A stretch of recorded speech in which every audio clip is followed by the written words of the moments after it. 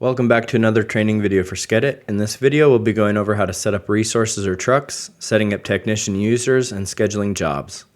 We'll also go briefly over the smart list to show how that can be used for your service department in preparing jobs. Starting at the left side taskbar, go to Settings and then Scheduling. The first section is Resources. A resource is a truck, a tractor, a vehicle, an office, anything that you may have that you would assign someone to complete any work that you may have. We use resources instead of scheduling directly to an employee, so that if you have an employee who quits or you have work that needs to be moved, it is easier to reassign somebody and move that whole workflow. To add a new resource, click plus add at the top. The resource name is going to be the long description of the truck or resource you're doing. The short name is generally going to be 1 to 3 letters. This will be used if your screen size gets smaller and as well on the app. You can change the color of the resource. I prefer keeping the schedule pretty clean, and so I generally only change the resource on something that you may be using a couple times a week. Sometimes I'll use that as well for a pickup location or something like that. Now, to add crew members, a user must be set up first as a technician and also have this box checked in users, crew member. You can set up multiple members to be assigned to a crew, and you can also assign members each day. And so you may have members assigned to a truck, but then you may want to add someone just for that specific day, and you can do so through the schedule on the main schedule page right here under daily crews. Within a resource, you will have these two buttons here, auto schedule exempt and active. For a resource to show up on the schedule, it needs to be marked as active. Auto schedule exempt will remove this resource from being added to the auto scheduler, which we will show you later.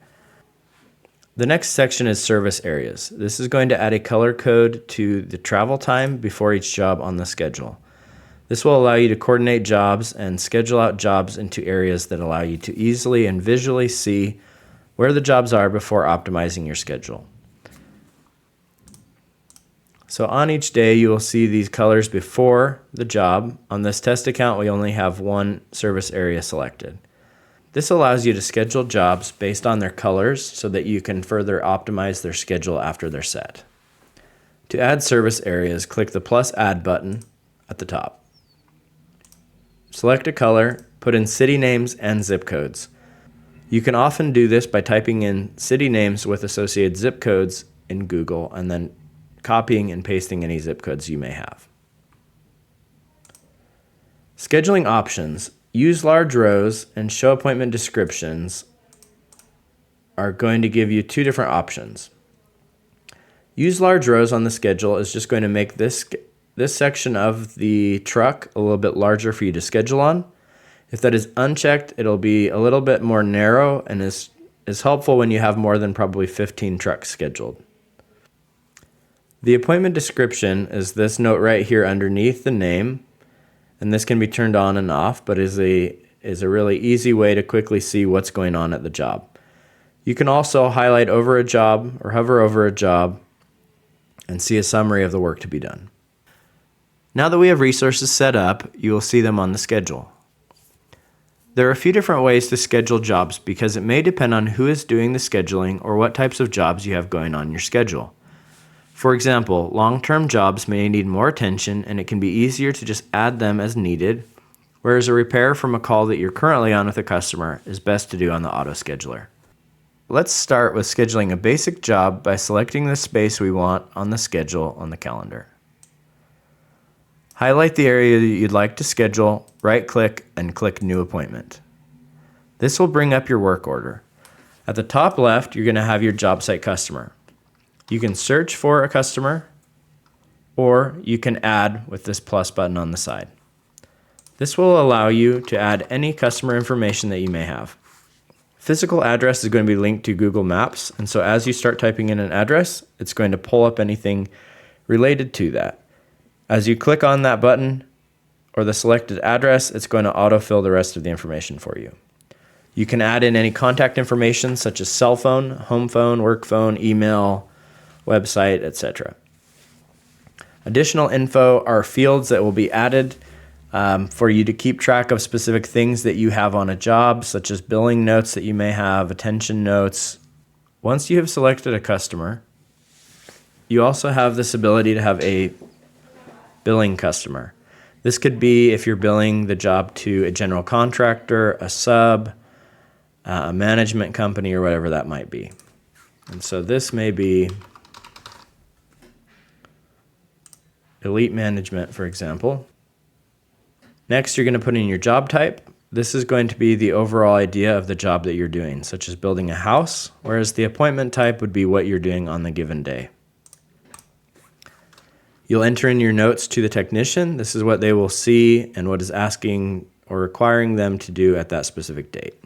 You can also set up specific checklists per appointment type, or you can add checklists on any given job.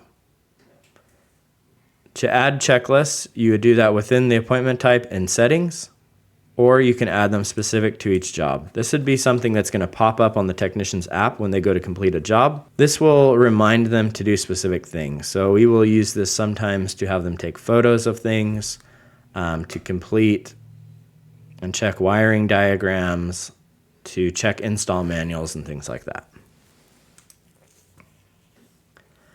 Multi-day appointment. This will allow you to schedule off more than one day for a given job. And then once a job is scheduled and completed, you can always add an additional appointment, and so thus linking jobs that you have to return to together. The second way to schedule is right above the mini calendar. We have customers. Pretend you're on the phone with a customer and they start telling you the address. As you type that in, you will confirm the information with them and then click plus job.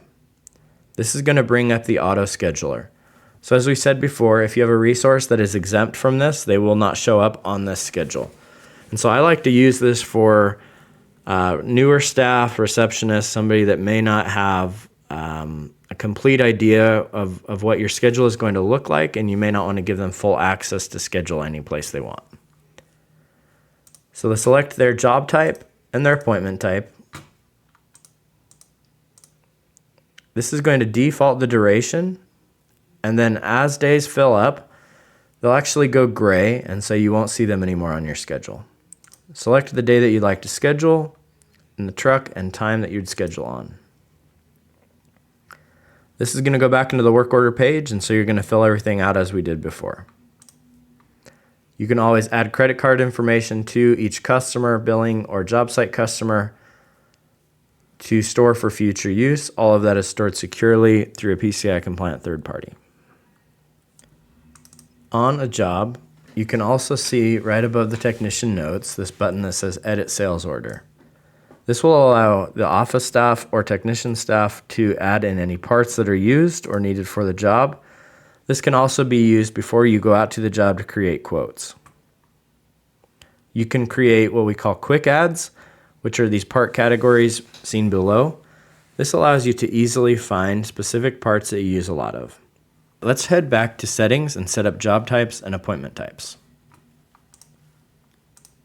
In settings, go to jobs and click job types. This is going to be the overall idea of a job. So for a pool builder, this could be building a pool, whereas the appointment type is what you're doing on an individual day. And so you may have a job type that says new pool build, and the appointment type could be excavation. Another appointment type could be tying rebar, installing a fiberglass shell or vinyl liner, installing plumbing, equipment, coping, and then finishing the pool. For a service-based company, you may have less categories, and you may have a job type of a service, and then your appointment type may be a carpet cleaning, a rope repair, a window washing. It may be something that is more specific to the type of service that the customer is asking for. To add appointment types and job types, you'll just click the plus add button above the job, enter in your description, and then your default billing for job types. This is going to be what your document, which is going to be either an estimate, sales order, or an invoice is going to go to. after the job is completed. This can always be added and changed on the job as well, so this is not incredibly important. Appointment types are going to have a drop-down that says status on complete. This is referring to the status when a technician hits complete, not the actual completed status.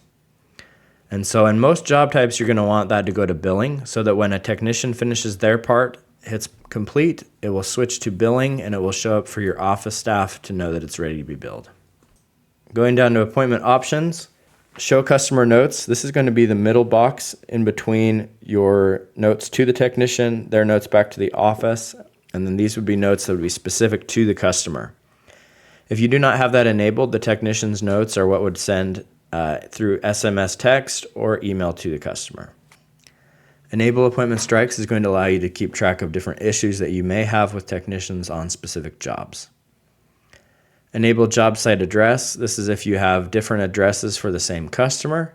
I actually recommend having separate customers for each address and then having one individual customer for the billing address. This way, if you have a customer sell a property and someone else moves in there, you can keep track of the previous job history to that address better. Require photos to close an appointment is going to enable a pop-up that is going to require the technician to add at least one photo before they complete a job. Smart list questions will be shown in a separate video, but you add these in the exact same way. These are things that would be kept track of for progress reports on the job. This could be things like any lien requirements, any permits, down payments, product being ordered, things like that you may have. Mark types is just a preset way of doing the strikes that we had before and allows you to put in a preset name for those types of marks. Job costing can be set up to give you a P&L or an income statement for each individual job to show your profitability. To have this set up, contact your sales rep that can walk you through the best way to assign this to your company. This concludes the video on setting up resources and scheduling jobs. If you have any questions specific to your process, check with your sales rep and they can work with you to find things that fit your current workflow.